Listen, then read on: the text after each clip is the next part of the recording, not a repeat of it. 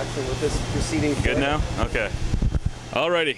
Here with Dimitri, we're going to have a few beer industry questions. First off, get to know your brewery. When did Spearhead open? We launched in the market in June last year, June 2011. So we're just over a year now on the market. Alrighty, and how many employees do you have at the moment? Paid or unpaid? We got about 7 now. 7. Alrighty. Now you are a contract brewer. What are the pros, what are the cons of contract brewing? Did you find it hard to find a brewery that would take you in? No, I mean, right off the bat, we looked at a short list of breweries, and Cool, we talked to a bunch of different breweries and we went down a bunch of different avenues, but in the end, Cool was the best fit for us with the amount that we wanted to produce and with their capabilities. So this is a pretty good facility. They can do various types of beer here. And we were comforted by the fact that Denison's is brewed here. Michael Hancock does his brewing here, and as you know, his Weiss beer is an unfiltered product as well. So we knew that we were in good hands if we came in here. But as you're alluding to, there are pros and cons, right? There are, and that's not because the team here is not supportive. The team at Cool is incredibly supportive of us. We are able to do what we need to do here, and good people. But you're brewing in you're cooking in somebody else's kitchen, right? So you're using their equipment on their time schedule and so forth. So there are those challenges, those logistical challenges that you need to overcome. So yeah. Do you find that there's going to be a lot more contract breweries opening up as of right now? There's so many right now in Ontario. Do you see that as a trend, or do you see a trend of more people going out to buy a brewery themselves? I don't know. I don't know if it's a trend that there are new contract brewers opening up.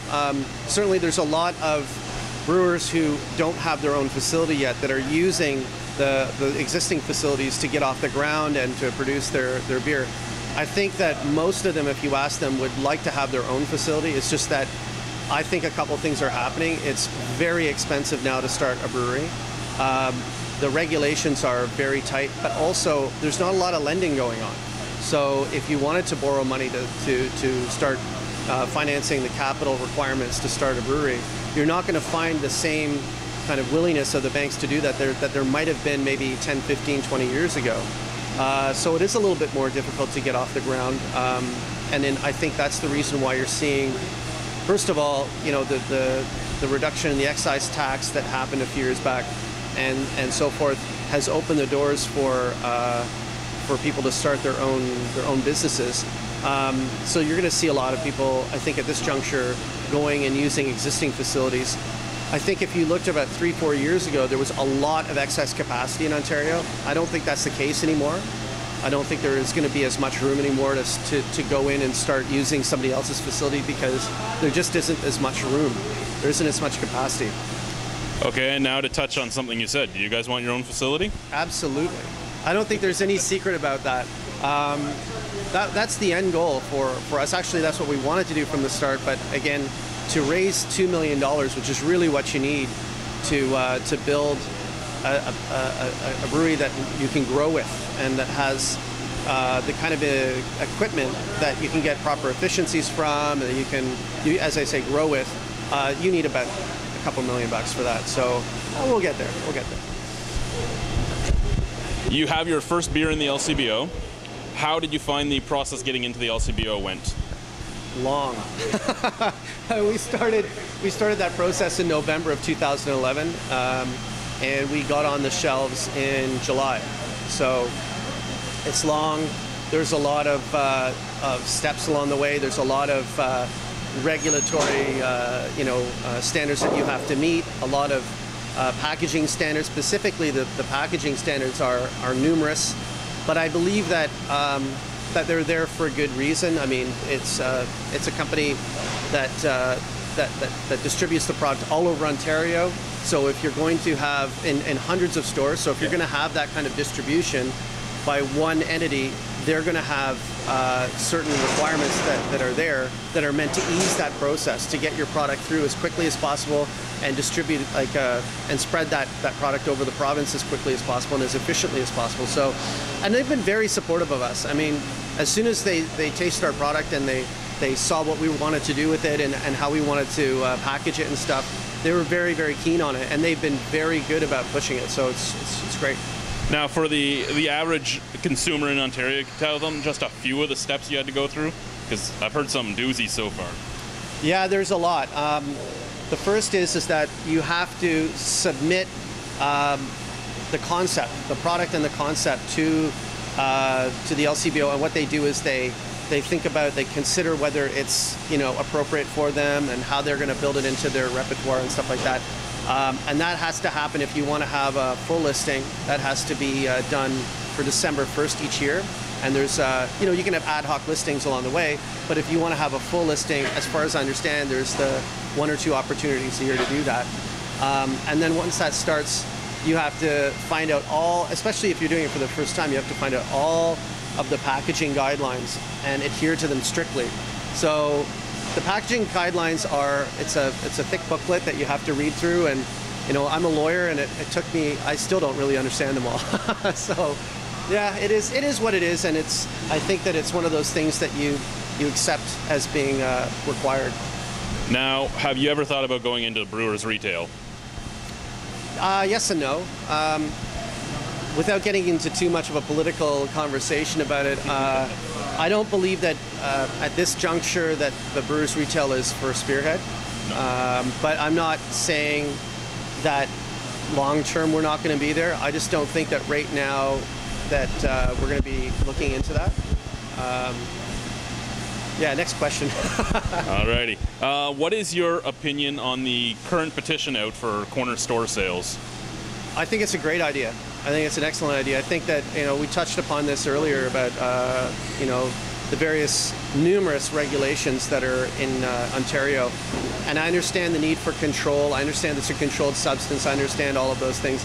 I believe from what I've read and what I've been reading in the papers and what I've been hearing from the politicians is that, and some of the advisory groups around it, that in fact, now don't quote me on this because it's what I'm being told, that the corner stores are actually quite good at, and their record is quite good at controlling tobacco sales to minors. So in fact, they have got a very good record on that. So if that's the case, I think that there should really be no real philosophical reason why they shouldn't be allowed to sell beer, because it being a controlled substance as well, they'll be familiar with how that product should be sold and how it should be shelved, how it should be displayed, and how it should be promoted. Now, also on that same topic, there are a bunch of people in the craft brewing industry here in Ontario that believe it's going to give a bigger monopoly to the big guys because corner stores would rather sell the big guys than the little guys. How's your feeling on that? Well, as you know, monopoly and competition is properly controlled and should probably be controlled by the government of Canada. They need to have a willingness to actually enforce those laws. And without that, you're right. There's always going to be the risk that there will be abuse of the system through monopolistic, tendencies. The things that people do are always going to be there. It's up to the government whether they want to properly enforce the laws or not. Okay, so on to the market. Have you had any difficulties with any licensees? What is the process getting into the licensees? The process to get into the licensees. Well, basically, you've got to really distinguish yourself. You got to get in there and you have to talk to them about the advantages of having a new product. It wasn't easy. However, we had a lot of early success in getting in there and basically going in and talking to them about why our product is different and how it will be distinguishable on their tap lines. As you probably know, a tap line in Ontario is the most expensive real estate available. Now, yeah, it's difficult because a lot of these taps are already, being taken up by big breweries, and the entry to the market is extremely difficult because of there's a lot of, I would say, let's put it this way, there's a lot of barriers to the entry to the market. How do you feel the OCB has helped the market? The OCB is great. I mean, the OCB is doing a good job at promoting craft as a concept. It's good at advocating. It's a necessary voice for small breweries in Ontario. I mean, we're not a member of the OCB, we're brewing on a non-OCB site, and we're a contract brewer, so we'd like to see the OCB do exactly what they're doing right now, which is to have an effective voice for small producers and to convey the important messages to the public, which is that this industry is growing. It's responsible for an ever-increasing amount of jobs in Ontario. It's contributing to the community in numerous ways, through charities, through community programs.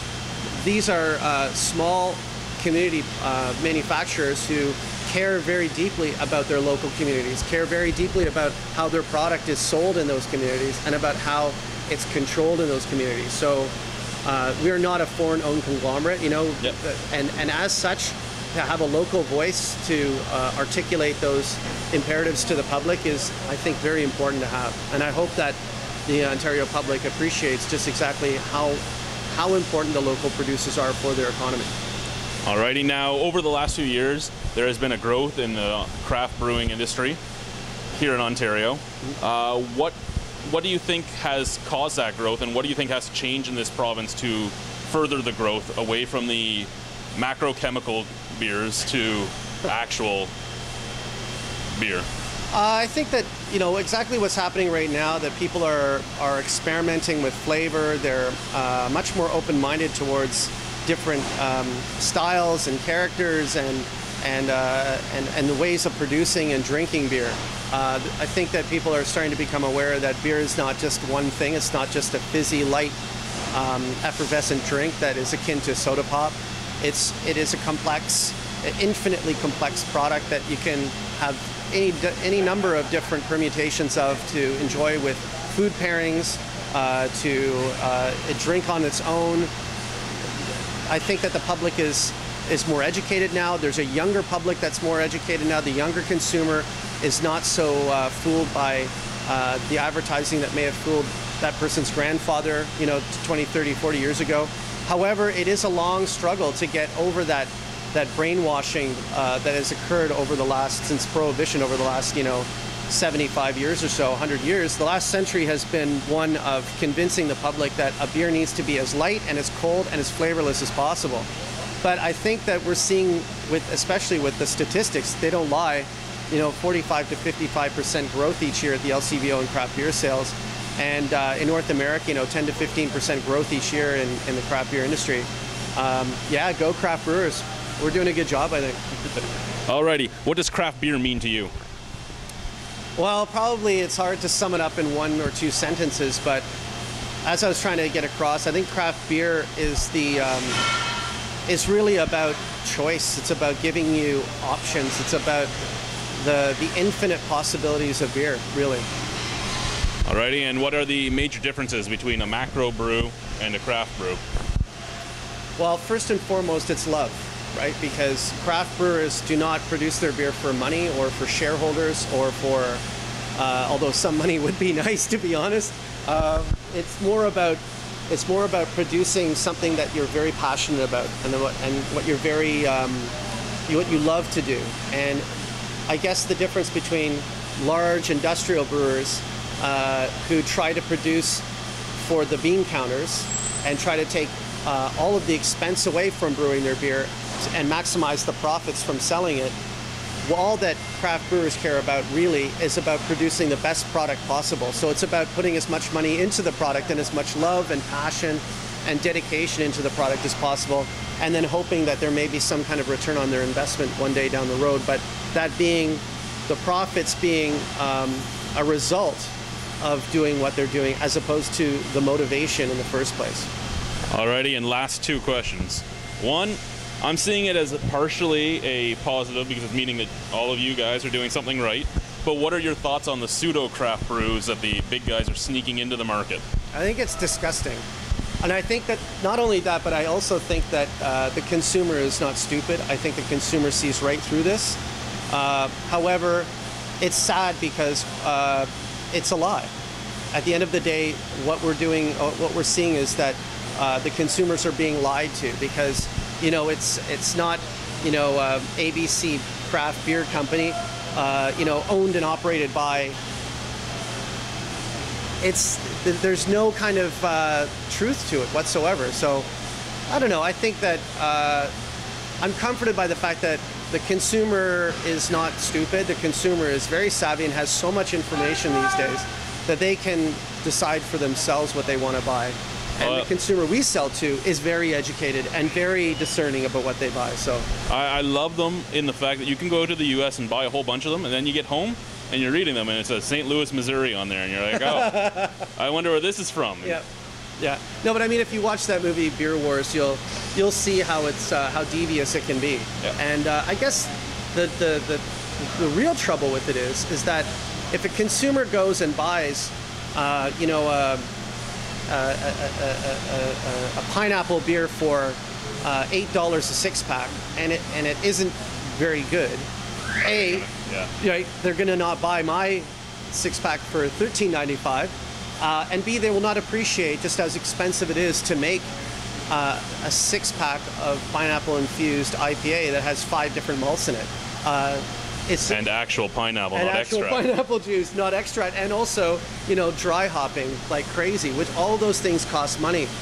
I guess what we have to do as small brewers is we just have to keep doing what we do best and try to educate as much as possible the consumer as to the benefits and the value proposition of buying a $13.95 six-pack.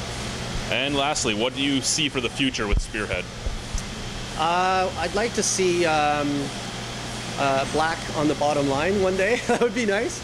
I guess what I'd like to see is that people start to, maybe that people recognize us as being a pretty good beer producer. That would be nice.